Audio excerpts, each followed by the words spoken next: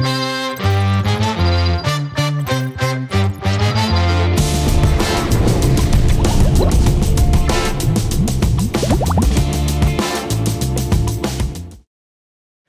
semua, selamat datang di Geno yang nggak tahu gue yang keberapa. Nah, jadi topik di Geno kali ini adalah sebenarnya kenapa saat ini kita benar-benar desperate banget untuk memerlukan teknologi baterai baru yang bisa diproduksi. Kenapa gue harus menambahkan yang bisa diproduksi? Karena nanti akan gue bahas lebih dalam. Sekarang kalau gue tanya kepada kalian, apa sih sebenarnya benda yang kalian nggak bisa kabur? Atau suatu benda yang selalu ada di dekat kalian? Jawabannya sebenarnya cuma beberapa ya sih. Kita bisa bilang HP juga kan salah satunya. Tapi yang lebih brutal lagi itu adalah baterai. Lo nggak bisa kabur dari baterai, man. Lo ngomongin HP, ada baterainya. Lo ngomongin kamera, ada baterainya. Lo mau ngomongin laptop, ada baterainya. Komputer pun ada baterainya. Buat kalian yang nggak tahu komputer kalian yang dicolok, itu ada CMOS-nya.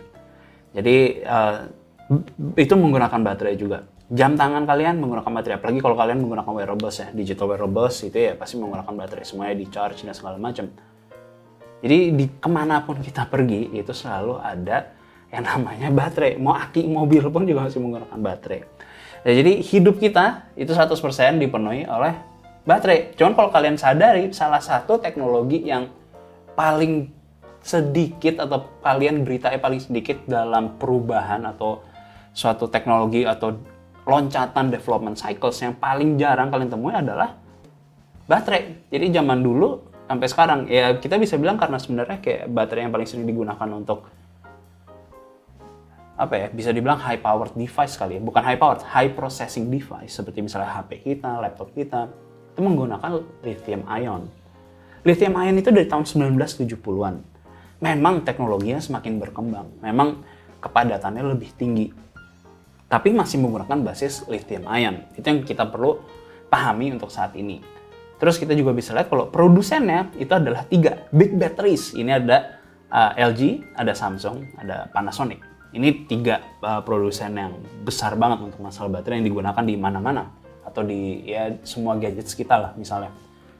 Terus sekarang kita bisa lihat kalau kebutuhan baterai di zaman sekarang itu makin besar. Kita kan pengen kalau gue maunya HP gue lebih gede baterainya. Dulu kita bisa bilang kalau cuma 1000 atau 2000, sekarang kita butuh 5000 milliamps hour gitu. Jadi benar-benar menurut gue benar-benar gede banget ya permintaannya di zaman sekarang untuk kebutuhan baterai. Terus kita bisa mulai lihat lagi kayak untuk transportasi, mau one wheel, mau ya gue kayak di Indonesia gue nggak tahu ya berapa banyak orang yang pakai one wheel, tapi di lingkungan gue sih pada beli walaupun nggak dipakai ya. Tapi setidaknya pada punya. Itu juga menggunakan baterai. Atau misalnya sepeda listrik gitu yang menggunakan baterai dari lithium juga. Jadi hampir semuanya itu menggunakan baterai. Kalau kita lihat, tapi teknologi baterai itu bisa dibilang selalu ada improvement, selalu ada perbaikan, tapi nggak pernah sampai suatu titik di mana kita bisa bilang bahwa oh ini revolusioner banget. Nggak seperti kita ngomongin loncatan HP atau loncatan misalnya suatu PC atau suatu laptop. Bahkan gue bisa bilang kalau laptop itu benar-benar loncatan itu jauh banget. Kalau kita misalnya turunin 5 tahun yang lalu aja, itu benar-benar jauh banget. Kita bisa ngikutin Moore's Law juga, jumlah transistor yang ada, itu benar-benar naik. Cuman ujung-ujungnya, kita akan bertemu suatu titik di mana prosesor itu nggak akan bisa lebih tinggi, dan yang menjadi masalah adalah bukan berapa kecil kita bisa bikin, tapi berapa kecil jarak transistor itu akan berhenti di mana kita udah nggak bisa lepasin lagi antara 0 dan 1, mati dan hidup. Itu nggak bisa karena listriknya akan jumping ke transistor berikutnya. Jadi sekarang kita ketemu untuk masalah CPU misalnya, atau misalnya GPU, atau APU, atau SoC. Yang jadi masalah adalah silikonnya. Ini silikon, bukan silikon itu ya. Silikon itu ada beda, ada silikon pakai E sama enggak. Gue ngomongin di sini adalah silikon. Jadi silikon itu menjadi penghambatnya, karena kita harus lompat dari silikon. Nah, sekarang kita mulai banyak percobaan. IBM menggunakan suatu sistem yang baru dan mau mencoba untuk meninggalkan silikon untuk misalnya masalah CPU-nya mereka, untuk di masa depannya. Cuman tentu aja, kalau kita sekarang lihat ke baterai, yang jadi solusinya adalah untuk baterai itu sebenarnya seperti apa sih? Kita meminimalisir, kita meningkatkan efisiensi dari produk yang kita ingin gunakan. Sekarang kita misalnya lihat laptop, 10-15 watt sekarang. Itu kecil banget loh. Kayak gue ambil contoh, AMD 5800U. itu kalian bisa jalankan di 10 sampai 15 watt. Kalau kalian cuma menjalankan prosesornya doang, ya tanpa misalnya display gitu ya, kalian bisa pakai ankle ngidupin prosesor yang bisa melakukan kalkulasi benar-benar gede banget, kalian bisa merender dan segala macam. Itu kalau kalian bisa hidupin pakai ankle. Nah, terus kita ngomongin masalah HP gitu. Misalnya HP ini tuh jauh lebih kencang di zaman laptop yang lumayan mahal pada saat gue dulu sekolah SD. Gue menggunakan laptop untuk sekolah, itu udah dibantai sama yang ukurannya sekecil ini gitu loh untuk suatu HP. Jadi kita bisa lihat kalau efisiensi tenaga yang dibutuhkan atau efisiensi power yang dibutuhkan oleh suatu high-tech device itu benar-benar sangat-sangat kecil. Jadi kita bisa lihat kalau semua efisiensi itu diarahkan ke arah sana. Nah, yang jadi masalah adalah, terus yang kenapa lu ngomong kita butuh teknologi yang baru banget untuk masalah baterai? Karena baterai itu akan habis di tahun 2030, atau pada dasarnya baterai itu nggak cukup untuk diproduksi sampai tahun 2030. Di tahun 2030 udah nggak akan mencukupi. Ini berdasarkan US Department of Energy. Jadi kita bisa bilang kalau sekitar di sini dinyatakan kalau ada 11 juta metric tons of lithium ion batteries ini yang nggak bisa lagi digunakan atau sudah selesai masa hidupnya. Nah, jadi sebenarnya kan kalau kita lihat sekarang banyak banget teknologi yang baterai itu bisa lebih awet. Bahkan bisa bilang kalau zaman dulu ya suatu laptop umur 2 tahun aja baterai udah mulai bocor. Nah, jadi sebenarnya efisiensi itu bisa digunakan bahwa secara software. Jadi kalau kalian ngeliat suatu laptop atau suatu HP, kan sebenarnya untuk menjaga lithium ion batteries itu untuk beneran awet, kalian mau pakai bertahun-tahun, itu sebenarnya cukup gampang atau cukup simpel. Baterainya itu harus sampai 30-80%. Jangan pernah diisi penuh, jangan pernah sampai habis. Kalau kalian sering melakukan isi penuh sampai habis, isi penuh sampai habis, isi penuh sampai habis, rusak lithium ion batteriesnya, sel-selnya itu akan berantakan dan kalian nggak akan memiliki baterai yang awet di kedepannya. Karena recharge cycles-nya itu terbatas untuk lithium ion batteries. Nah, para software engineers dan segala macam bekerja dengan para engineers baterainya, mereka menyatakan kalau ya udah taruh aja di HP. 0-100% ya, itu nggak 0-100% kenyataan dari baterainya itu sendiri. Nah, jadi yang kita gunakan sebenarnya kalau 0% itu sebenarnya nggak 0%, kalau 100% juga nggak 100%. Tujuannya untuk apa? Tujuannya biar baterainya nggak cepat mati, baterainya nggak cepat rusak, baterainya nggak cepat bocor. Alasannya adalah hal tersebut. Itu yang bikin penting software engineering itu sendiri. Jadi di mana kita otomatis kalau misalnya kita nge-charge dan kita diemin, itu bakalan trickle charging. Jadi banyak banget cara atau para software engineer yang menggunakan sistem tersebut untuk bikin biar baterai itu lebih awet. Jadi bukan baterainya itu sendiri yang revolusioner, tapi kita mengikuti dengan apa yang kita miliki, apa yang kita bisa desain, dan kita mencoba untuk memperpanjang umurnya. Ini yang terjadi untuk lithium ion batteries. Nah, cuman sekarang kan kita ngomongin jumlah HP, jumlah laptop, jumlah segala macam itu menggunakan lithium ion.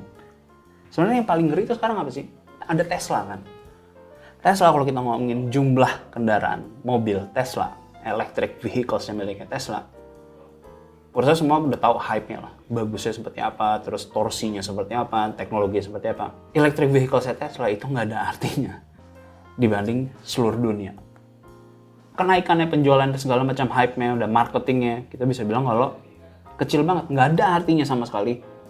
Dibandingkan kalau pada saat nanti the big boys pada pindah ke electric vehicles. So who's the big boys? The big boys ada VW, Honda, Toyota, Ford. Ford ini yang paling ngeri.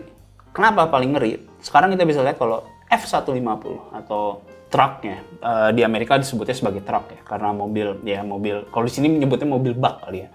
Tapi di Amerika disebutnya sebagai trucks, itu masuknya kategori trucks. F-150 miliknya Ford itu adalah penjualan terbesar.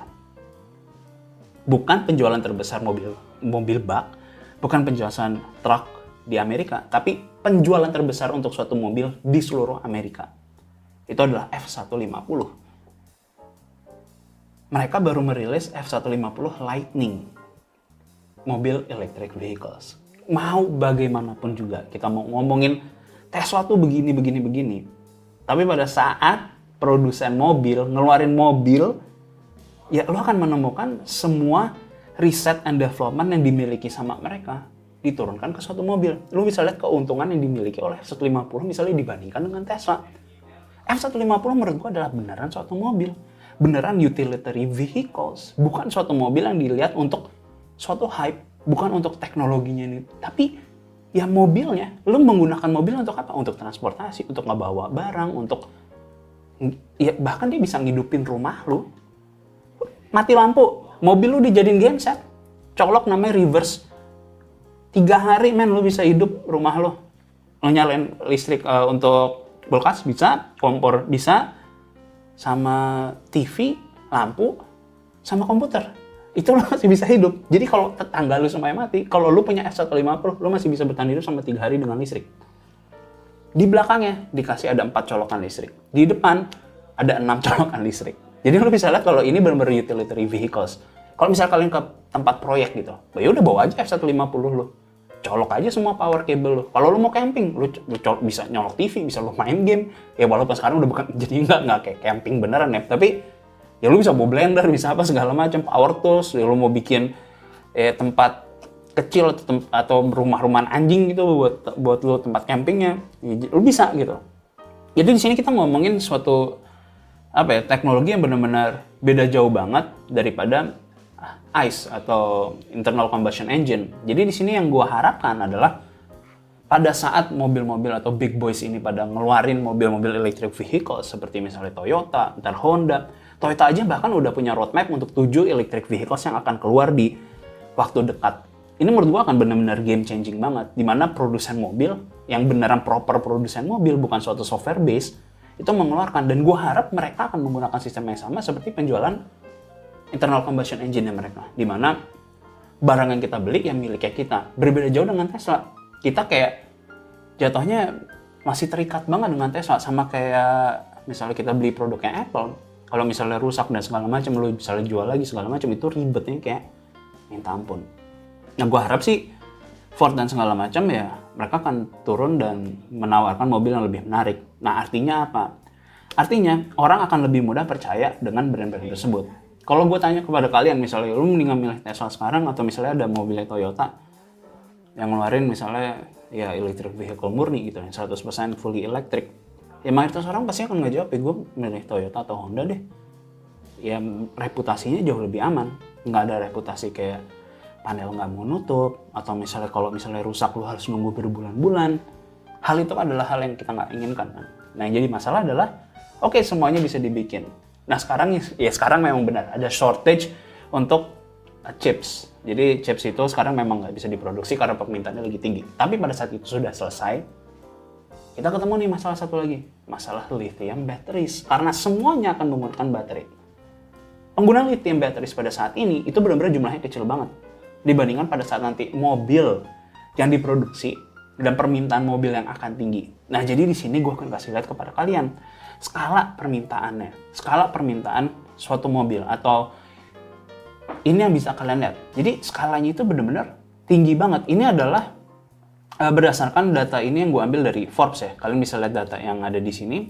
Ini adalah permintaan atau penggunaan baterai yang diperlukan untuk skala yang mencukupi permintaan dari seluruh dunia. Nah sekarang kalau misalnya kita lihat atau memperkirakan jumlah mobil yang akan digunakan atau penetrasinya atau bisa dibilang konversi di mana orang yang menggunakan internal combustion engine akan berubah menggunakan electric vehicles. Jadi kita bisa lihat kalau di tahun 2030 penetration rate itu sampai 40%.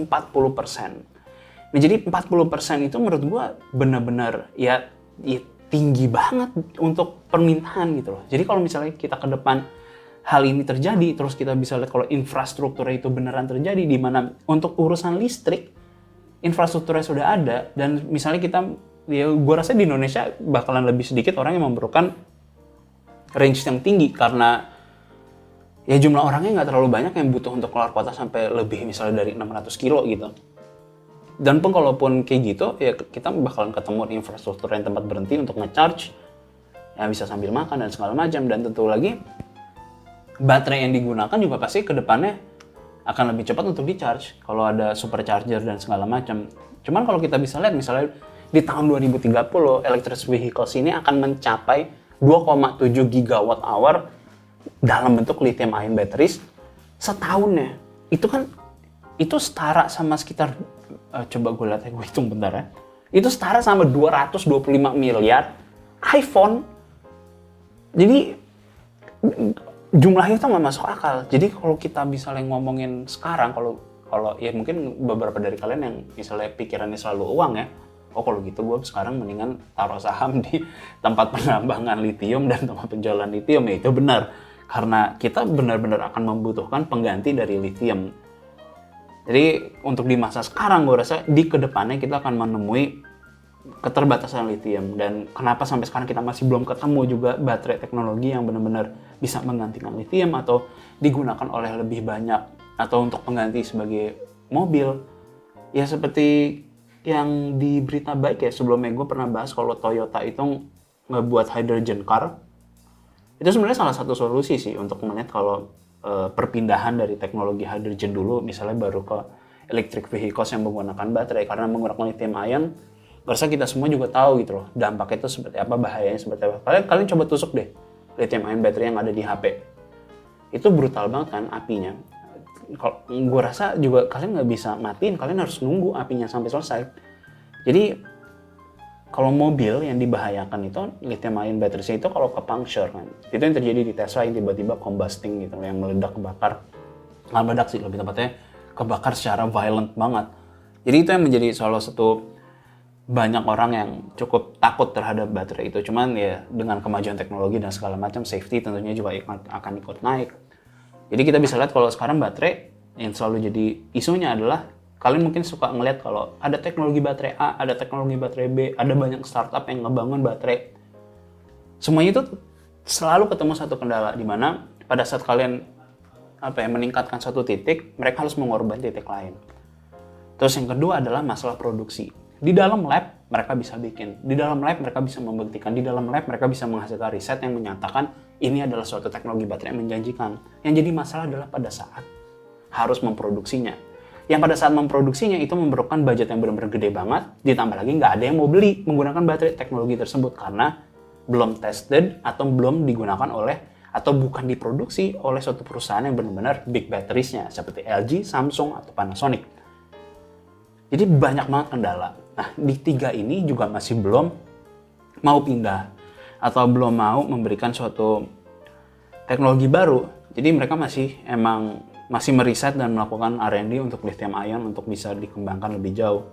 Tapi menurut gua kedepannya kita akan ketemu bahwa ya bisa dibilang 5 tahun lagi teknologi mungkin akan punya keamanan lebih tinggi untuk lithium ion batteries karena permintaan dari electric vehicles. Jadi gua harap sih kita benar-benar krusial banget untuk baterai teknologi di masa depan. Gue rasa ini akan ketemu shortage lagi kalau kita nggak menemukan solusi dari sekarang. Apa yang Toyota lakukan juga mereka ingin ngebuat teknologi baterai baru. Ini yang Toyota ingin lakukan. Alasannya Tesla ngebuat battery facility sendiri adalah ya karena mereka nggak mau tergantung dengan tempat lain. Kayak misalnya AMD nggak mau tergantung dengan produsen CPU-nya dari tempat lain. Mereka mau produksi sendiri seperti apa yang dilakukan oleh Intel, misalnya seperti itu. Jadi Tesla itu pengennya semuanya ya mereka yang lakukan sendiri. Mereka nggak mau nunggu. Kalau gue bisa produksi sendiri ya otomatis mobil gue nggak akan ada masalah. Dan gue rasa Elon Musk juga harus sadari hal tersebut gitu. Kalau ya lithium di dunia itu benar-benar terbatas. Jadi gue harap di kedepannya yang gue bisa ekspektasikan adalah harga lithium akan naik. Dan digging di dunia permintaannya akan jauh banget.